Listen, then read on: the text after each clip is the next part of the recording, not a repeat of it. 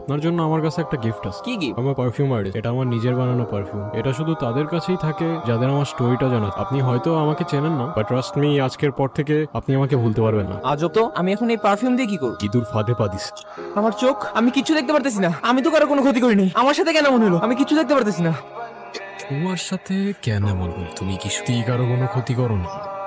আমি হেল্প করতে গেলে পুলিশের ঝামেলা পড়ে, আর পুলিশের ঝামেলা পড়লে তো বাবার রেপুটেশন নষ্ট হবে। কেটে পড় তুর্য, তোর কোনো দোষ নাই, শুধুমাত্র একটা অ্যাক্সিডেন্ট। জানি তুমি এখানেই আসি, আমারে ভুলে গেলেও আমি তোমার স্মেল ভুলতে পারি না। তার সাথে কথা অলওয়েজ তাদের থেকেই আসে যাদের তুমি সবচেয়ে বেশি ট্রাস্ট করো। একটা সময় তুমিই বলতা লাইফের যে কোনো মোমেন্টে তুমি পাশে থাকবা, আর এখন তোমার এত কষ্ট করতে হইতো না। আমি নিজেই তোমার লাইফ থেকে চলে যাই, অনেক ইজিলি ভুলে যাইতে আমাকে। বাট ট্রাস্ট মি, আজকের পর থেকে তোমরা কেউ আমারে ভুলতে পারবা না। এখন দেখো বাবা, আমার ছেলেকে আজকে কেউই আটকাইতে পারে নাই।